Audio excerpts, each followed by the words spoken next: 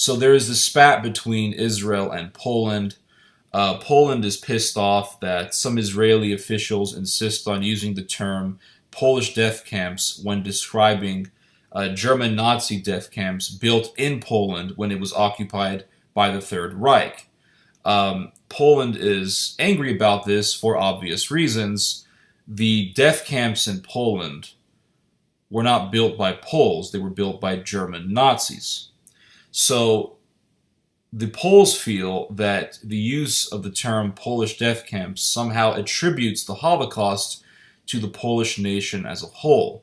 The lower house of the Polish parliament just recently agreed to a bill that would prohibit the use of the term Polish death camps when describing the death camps that were built by German Nazis in Poland when it was occupied by the Third Reich. And this is what the reports in the media are saying, and I don't know really how accurate it is, but this is what they're saying. Nonetheless, the bill would also prohibit any sort of attributing of the Holocaust to the Polish people. Now, how accurate are these reports? I'm not entirely sure. Is the bill saying that you can't blame the Polish government for the Holocaust at the time, for the Holocaust that was done in Poland? Is the bill saying that you can't blame the Polish people as a whole? Is the bill okay with saying that there were indeed Polish individuals who were involved in the Holocaust or who collaborated in war crimes against Jews during the Holocaust? I'm not entirely sure. I'm just going to say what I know and what I suspect. The Israelis are saying that Poland's sentiments are a denial of history. Now, while it is true that they were indeed Polish individuals who sympathized with Nazi Jew hatred and who took part in anti-Semitic violence, it is also true that Poland had the highest number of people who rescued Jews in the time of the Holocaust. There were more righteous Gentiles who rescued Jews from Poland than any other country at the time. I think the number was around, I want to say, over 6,500 Polish people who took part in rescuing Jews. We're talking about Catholic Poles here. There were more people from Catholic Poland who rescued Jews than from any other country. Yad Vashem acknowledges this. The U.S. Holocaust Memorial acknowledges this. And also it is a fact that a huge amount of the people who were butchered by the Nazis were Poles. They were around, I believe 2.5 million or so Poles, ethnic Poles, who were butchered by the Nazis. So, to say that, Poland has now become a Nazi state, I mean, it just doesn't really make any sense. If you read the news, Poland just recently said that they want to work with Interpol to find old Nazi war criminals. There are even Jews who acknowledge that the term Polish death camps is an inadequate statement. It is an historically inept statement. It does not make any sense. The death camps were not built by Poles. They were built by German Nazis. They were death camps throughout the Third Reich. My goodness, I mean, the Germans were carrying out atrocities in the Baltic states. They were carrying out atrocities in Latvia. Does anybody say, Latvian death camps, Baltic state death camps? These were German Nazi death camps. Now, if it is true, and I will say this just for the record, if it is true that the Polish government wants to, throw into prison anyone who says, hey, there were some Poles who were involved in some pretty atrocious things during the Holocaust, then I will say immediately that that is wrong and that the Polish government should not do this.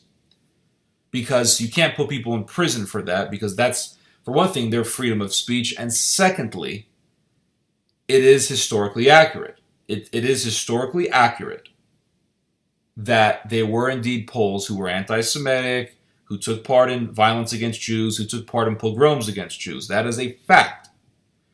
But to sit there and also insist that, these were Polish death camps, and the Polish government somehow had something to do with, the building of, I don't know, Auschwitz or Dachau, is also historically inept and historically inaccurate. So it looks like there's some sort of a shit show going on between Israel and Poland. I don't know why Israel is insisting that we call them Polish death camps. I think that's just completely retarded and historically inept. Now, what I suspect, and this is my own prediction based on what is happening in this whole political spat, what I suspect is that this bill is going to spark more nationalism in Poland. It's going to spark anti-Israel sentiment in Poland, and this could actually be used by the German government to further antagonize Poland and to also justify the use of Article 7.2 from the EU political system. Now, I wrote about this early last year. The Polish government decided that it had the authority to replace Supreme Court justices, judges that it didn't like because they were too liberal or they were too far left. The government in the EU, controlled by Germany, said that this was an excessive use of government power, that this was becoming somehow tyrannical. There were even people in the EU saying, there's not enough female Supreme Court justices, so Poland has become very sexist or whatever. And the EU government, the EU elites, talked about enacting Article 7.2 on the Polish government. Essentially what that would entail is Poland not having a vote in the EU Council. That is what it would entail. And the EU government threatened to enact this on Poland. And it said that, listen, Poland, if you keep doing this, we're going to enact and impose Article 7.2 on you. And so it looks like this could be used by the Germans to enact this or to further threaten Poland that it's going to enact this. It could be one step closer to the Germans and to the Dutch and to the other elites in the EU to justify enacting this on Poland. The bill also prohibits any sort of denial of the massacre of 100,000 Poles committed by Ukrainian nationalists who were following the Ukrainian Nazi leader, Stefan Bandera. Now, this could also cause a rift, or it could cause a strong point of contention between Ukraine and Poland. Now, going back to Poland and Germany, again, this could be used by the Germans to justify imposing Article 7.2 on the Polish government. And the Germans will say, well, because Poland is having this excessive use of government power, because Poland is becoming, overly nationalistic and possibly, anti-Semitic, we are going to strip Poland of its voting rights within the EU Council. Now, if this does happen, it of course is going to intensify antagonism between Poland and Germany, antagonism and contention and animosity that is already there for obvious reasons. Let's not forget Germany invaded Poland during the Second World War and butchered millions of ethnic Poles. Now, I could totally see, and this is a theory of mine. I don't have strong evidence to back this up, except for the reality of history. But I could actually see this happening. A border dispute between Germany and Poland, something could actually happen in the midst of all of this controversy that Germany will use to then invade Poland again. Germany is known to make false flag attacks. They did this to justify invading Poland during the Second World War conflict. I'm talking about the Gleiwitz incident. Go look it up. The Gleiwitz incident. It was a false flag terrorist attack that the German government staged in order to justify invading Poland. What essentially happened was a bunch of German guys acting like they were Polish terrorists, Polish nationalist terrorists, went into a radio station in Gleiwitz, which is right on the border between Poland and Germany. and it was, German territory at the time. And they went into a German radio station in Gleiwitz, and they took over the radio station. These were Germans, right, acting like they were Polish nationalists. They went into the station, and then they broadcasted some German message, screw Germany, we're going to fight the Germans, blah, blah, blah.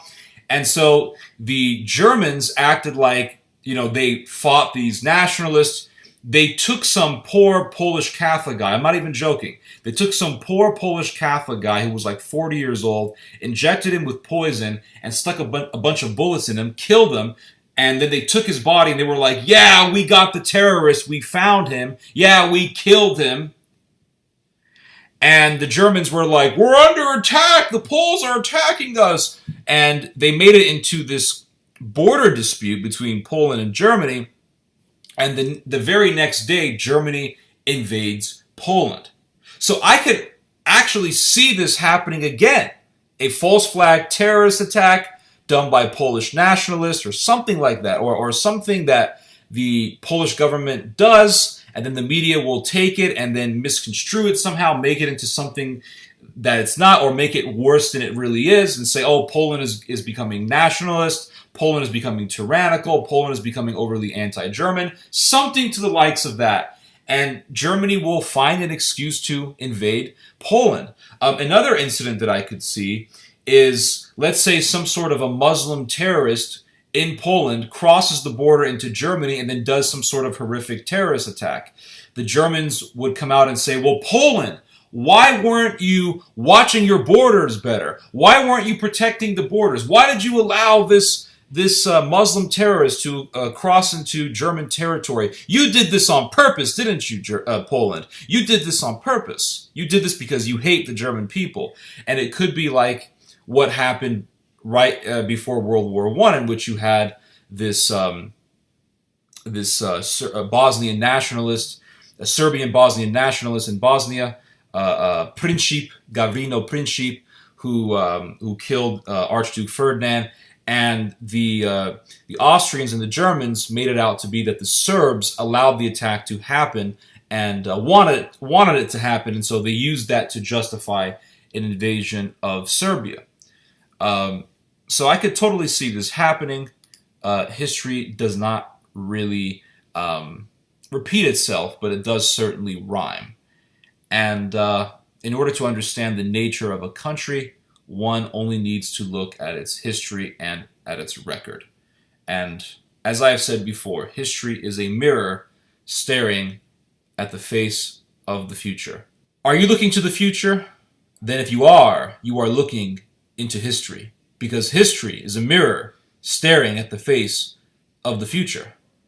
And if you look into history, you will find the events that will parallel what is to come in the future.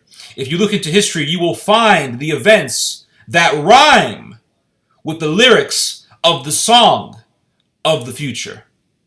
And looking at the condition of the world today, looking at the state of humanity today, I cannot help but conclude that what the future holds is pure and utter horror.